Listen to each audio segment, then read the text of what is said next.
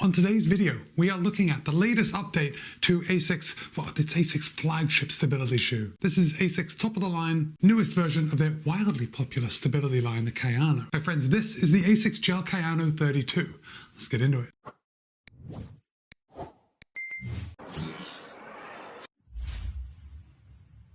Before we get started, I do just want to say that this video is in partnership with my friends over at Roadrunner Sports. Now, Roadrunner Sports was good enough to send me this pair of the Gel-Kayano 32 for the purpose of review. However, they haven't told me what to say.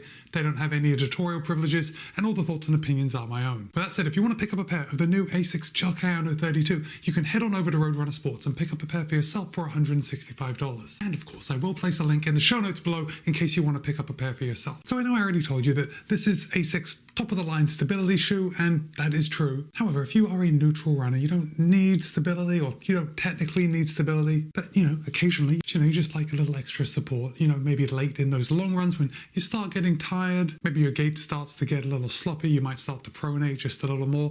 That's where a shoe like the Gel-Kayano really excels. So at least in my opinion, well, it's not just my opinion, it's also Asics' opinion, the Gel-Kayano is going to work well for neutral people. And I do say that it's Asics' opinion also, because if you go to their website, they do say that this is for neutral and overpronators. And remember, overpronation is where our foot kind of rolls in excessively as we're coming through our gait cycle. Now, everybody pronates. It's important to remember that. Pronation is a normal part of our running motion. Overpronation, maybe not. But that's where the Gel-Kayano can step in and help if you need it. But we'll get more into the stability elements in just a second. But first, the Asics Gel-Kayano, I'm going to start with the biggest change this year. But the Asics Gel-Kayano now has 40 in the heel, 32 in the forefoot for an 8mm drop.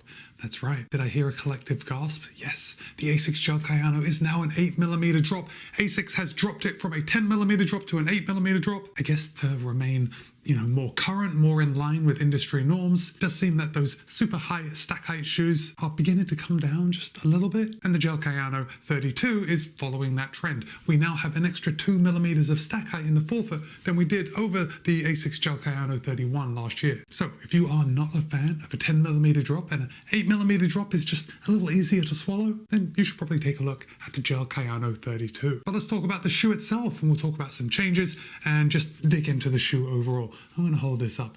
Asics has got a very padded heel collar here, which really hasn't changed. The Gel-Kayano it's 40mm, so I would call this a max stack daily trainer. And because of that, we do have a lot of padding around the heel collar. Look, I often think that, do we need as much padding as these shoe companies tend to put into these shoes? And the answer is probably no. However, with that said, it is a very comfortable feeling to put your foot into a shoe that has a lot of padding around the heel collar. And the Gel-Kayano 32 does give my ankle like a nice hug as it goes in. That padding just kind of locks me in place. If we come to the heel counter, yeah, this hasn't changed. We have a very rigid heel counter here on the back that is going to contribute to just locking that heel down along with all that padding. While we're talking about the heel collar, let me just pull out my pair of the Kayano 31 and hold that up. Can you see we have that knit bit right on the top of the 31? It's almost like the padding of the 31 is recessed behind that knit lip.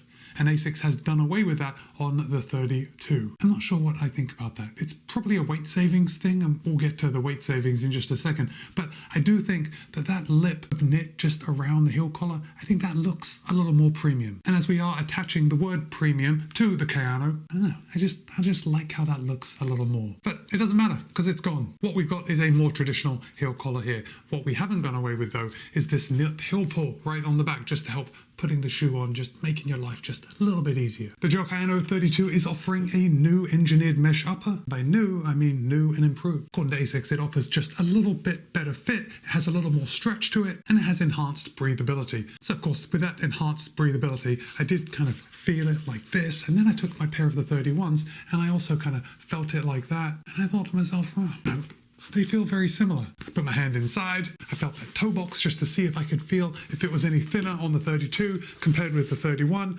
And I tell you, yeah, maybe the 32 is just slightly thinner up here, but I don't know. It didn't seem enough to say that it has enhanced breathability on the 32. But then as I looked a little past the toe box area, I did notice that we have some extra drilled holes in the side of the Kayano 32. There isn't anything like that on the 31. So because of that, yeah, I concur. The Asics Gel-Kayano 32 does have enhanced breathability. There are simply more holes in the 32 to help the shoe breathe better. I am always here for that. Now, with that said, summer is coming and this is a big shoe. It's a heavily padded shoe. It is a max cushion daily trainer. So I know that if I take this shoe out in the middle of summer, my feet are going to feel maybe just a little warm, but that's not the point, is it? The point is that it has improved over last year.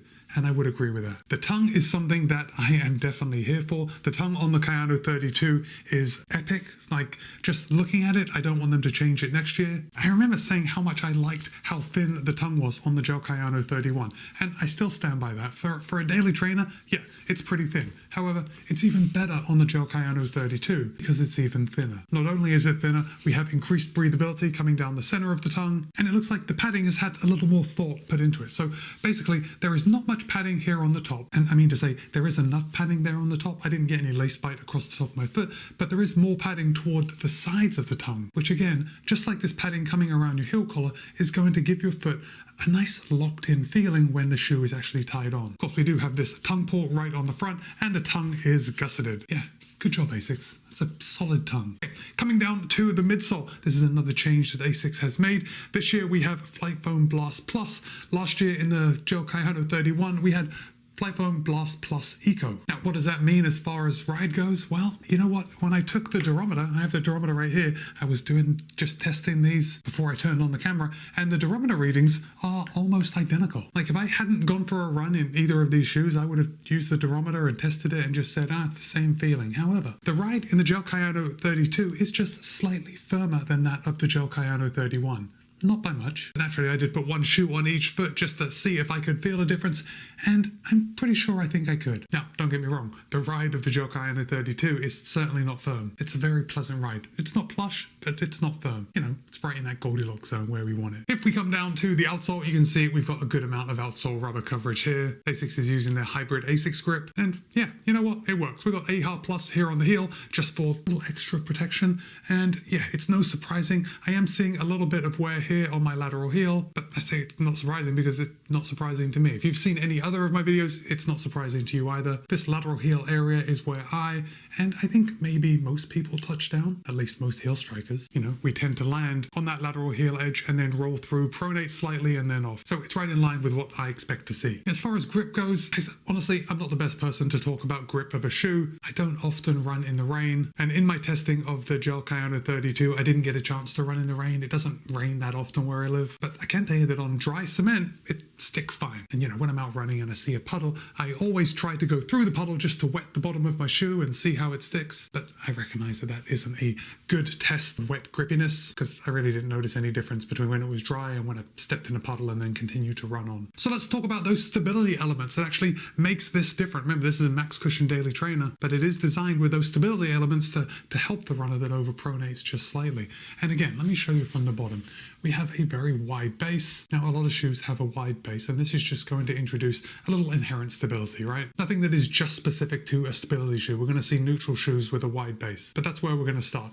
We've also got higher sidewalls, especially here on the medial side and around the heel. That is going to keep your foot centered over the top of the shoe. And then we've got this. It's Asics 4D guidance system. And I actually really like this 4D guidance system. And the reason is that this is the reason that neutral runners can also really appreciate the Gel-Kayano. And I think this 4D guidance system has been around maybe 3 years, but it's back again in the 32, and obviously it's working because they've kept it for 3 years. But basically, this is a softer piece of foam compared with the surrounding Flight Foam Blast Plus. And ultimately, it's an adaptive system. So because it's softer, it's a little more responsive. When you compress it, it's kind of going to bounce you back out of pronation. Does that make sense? So if you don't pronate very much, you're not going to be compressing that and being kind of sent back to a normal gait. But if you do, or perhaps if you're like me and you kind of get sloppy, maybe you start to pronate a little more after you've been running for a couple hours, this really isn't going to bother you when you don't need it, but it's there as like a safety net if you do need it. So when I'm late in a long run and I'm getting tired and I know I'm starting to pronate more,